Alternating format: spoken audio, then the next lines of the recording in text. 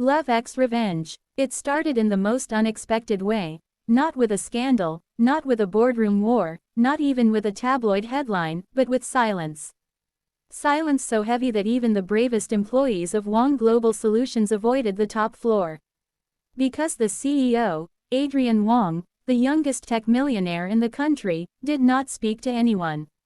Not because he was arrogant. Not because he was cold. But because nobody could speak to him. Literally, Adrian was fluent in only one language, Korean, a result of spending most of his childhood secluded in the mountains of South Korea under the strict guidance of his grandfather. His parents died early, his relatives scattered abroad. When he came back to run the family empire, everyone expected him to adapt. But he didn't. He couldn't. He understood English, yes.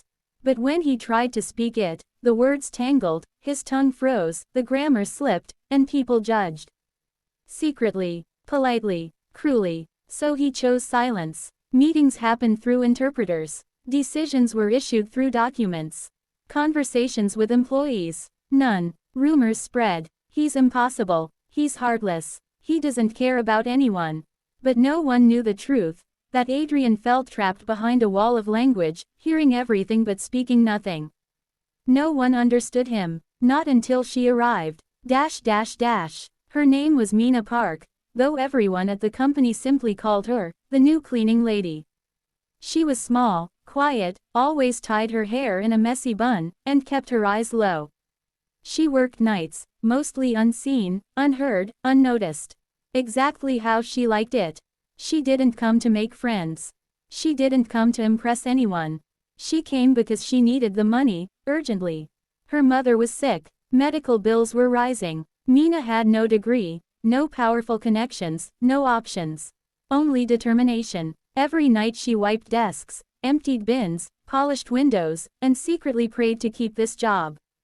She especially avoided the top floor. Everyone told her, never go near the CEO's office. He hates noise. He throws people out for breathing wrong. He doesn't talk to anyone. Mina shrugged. As long as she kept her head down and finished her shift, she didn't care what the millionaire did or didn't do. But fate, as always, had different plans. One night, the top floor cleaning lady called in sick. The supervisor tossed Mina a keycard. Do the CEO's floor today. And be quiet. If he hears a sound, it's your job. She nodded nervously and went upstairs. The hallway was so silent, she could hear her heartbeat. She pushed her cart gently, trying not to squeak. She dusted quietly. She polished with slow, careful movements. Everything went smoothly, until she opened the CEO's office door, and gasped. Adrian Wong was sitting on the floor, papers scattered around him, shaking with frustration. A broken tablet lay nearby. He looked defeated, not like a millionaire, not like a CEO, not like the terrifying man everyone feared. He looked human. When he heard the door, he jerked up, startled, and snapped something in Korean under his breath, fast, sharp, clearly annoyed. And Mina froze, because she understood every word. He wasn't angry at her. He was angry at himself. He kept repeating, why can't I say anything right? Why am I like this? Mina's heart thudded. Nobody had probably answered him, ever, in the language he truly spoke. She didn't plan to say anything. She didn't plan to reveal her secret. But the words escaped her before she could stop them. Guinchan Hoiseo. Are you okay? Adrian's head snapped up. His eyes widened, not anger, not suspicion, but pure shock. You speak Korean? He whispered, his voice trembling. Mina swallowed. A little. He almost laughed. You speak it better than I do English. He stood up slowly, emotions flickering across his face, disbelief, relief, and something else. Something warm. For the first time in his adult life, someone spoke to him without hesitation, without confusion, without judgment. Mina stepped inside, carefully picking up the papers. You shouldn't throw tablets, she murmured in Korean.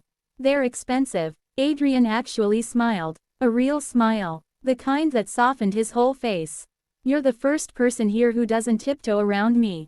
Maybe because I'm just a cleaning lady, she answered shyly. He shook his head. Or maybe because you're the first person who actually listened. From that night on, everything changed. At first, Adrian tried to keep it professional, thanking her in Korean when she cleaned, asking simple questions like, "Did you eat? Do you have time for a quick translation?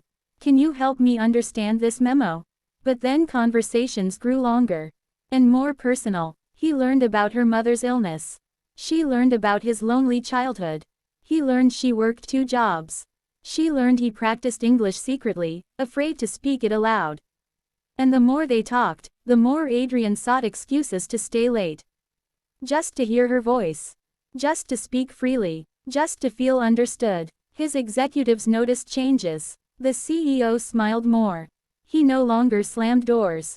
He seemed lighter. Rumors buzzed again. Is someone finally getting through to him? Who is he talking to at night? Is he dating someone? No one suspected the truth. The millionaire was opening up. To the cleaning lady. One night, as she finished wiping his desk, Mina suddenly swayed. Her hand trembled. She clutched the cloth, fighting dizziness. Adrian rushed to her instantly. "Mina, are you hurt?" She shook her head, embarrassed. "Just tired." "How many hours have you worked today?" 14, she whispered. He stared at her, horrified. "Why didn't you tell me?" "It's not your problem, sir." "You're wrong," he said softly, switching to Korean. You are my problem now." Mina's breath caught, not because of the words, but because of the way he said her name. Like it mattered, like she mattered. She tried to step back, but he gently took her hand, hesitant, unsure, scared of crossing a line, yet unable to let go. "I don't want you to collapse," he said. "Please, let me help you." "How?" His jaw tightened. "Financially. With your mother's treatment. With anything you need." She shook her head quickly. "No, I can't accept money from you. People will think." "I don't care what people think," he whispered. For a moment, silence filled the room again. Not heavy, not painful, soft, warm, alive. But scandals don't stay quiet forever. The HR director spotted Mina leaving the CEO's office one evening and immediately assumed the worst. Within a week, whispers spread through the company. The cleaning lady seduced him. She's using him for money. She's manipulating the CEO.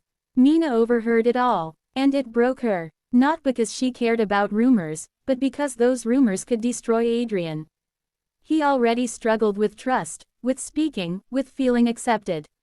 She refused to be the reason he suffered more. So she made a decision. She quit, left her uniform on the supervisor's desk.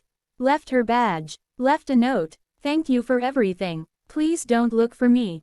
But Adrian did. He searched every hospital, every neighborhood, every agency. He spoke English publicly for the first time in years, stumbling, mispronouncing, trembling, but he didn't stop. Because losing her hurt more than speaking imperfectly. After 2 weeks, he finally found her outside a small clinic, paying for her mother's medication with shaking hands. He walked toward her, breathless. "Mina." She turned, shocked. "Sir, how?" Before she finished, he spoke, in broken English, but with all the sincerity in the world. "I don't need perfect words. I only need you." Her eyes filled. "I left so I wouldn't ruin your reputation." "You didn't ruin anything," he said. "You saved me." He reached for her hands, not hesitant anymore. "In Korean I can say it better," he murmured, switching languages. "Ne nun neolul wonhae, neo nun nelul ihan cheo salamia." "I want you. You're the first person who understood me." Tears slipped down her cheeks. "And you," she whispered, "you're the first person who saw me." He smiled, soft, full of emotion. "Come back with me. Not as a cleaning lady. As someone important." What would my title be?" she asked, trembling. He leaned close. "Mine. And from that day forward, the millionaire no one understood finally spoke freely.